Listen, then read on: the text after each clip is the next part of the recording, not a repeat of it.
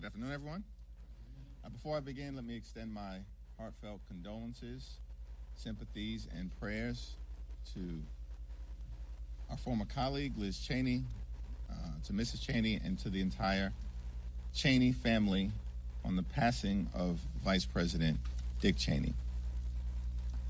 I also want to acknowledge today, of course, is Election Day, and just to encourage the American people to go out and exercise your right to vote, exercise the franchise, exercise your voice, wherever you may be, all across the country. It's our country, it's our democracy, it's our successful experiment in self-government, and it only works if the American people participate. Despite all of the efforts from the other side of the aisle to engage in misdirection, lies, voter suppression, and obstruction, the will of the American people is going to prevail today. Here in America, the cost of living is way too high. Donald Trump and Republicans promised that they were going to lower costs on day one. But costs aren't going down, costs are going up. The Trump tariffs are making life more expensive for everyday Americans by thousands of dollars per year. Inflation on the way up. Grocery costs, way up. Housing costs, way up. Child care costs, way up. Electricity prices through the roof, and the American people know it. That Donald Trump and Republicans have failed to make their life more affordable.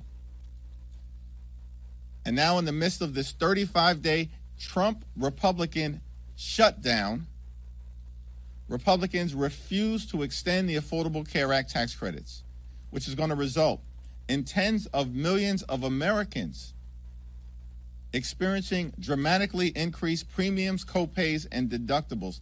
In some cases, everyday Americans, working class Americans, and middle class Americans are going to see their health insurance premiums increase by $1,000 or $2,000 per year because of the Republican refusal to extend the Affordable Care Act tax credits.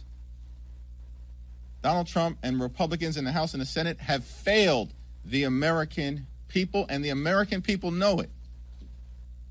Democrats will continue to fight to lower the high cost of living, to fix our broken healthcare system, and to clean up corruption.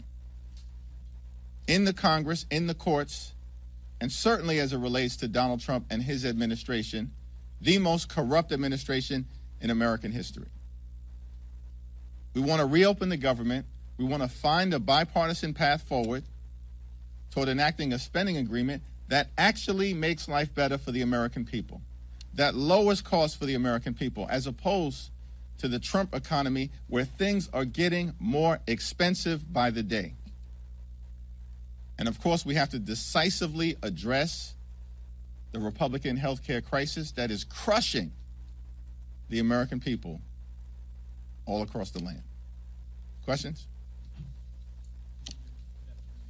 We hear there's a little bit of a thawing next door in the Senate on this. We don't know what that means or what that would look like. But considering the exercise that Democrats in the House went through in March, how much skepticism would there be from House Democrats on any sort of an agreement that would come over from the Senate? We said from the very beginning that we will evaluate in good faith any bipartisan agreement that emerges from the Senate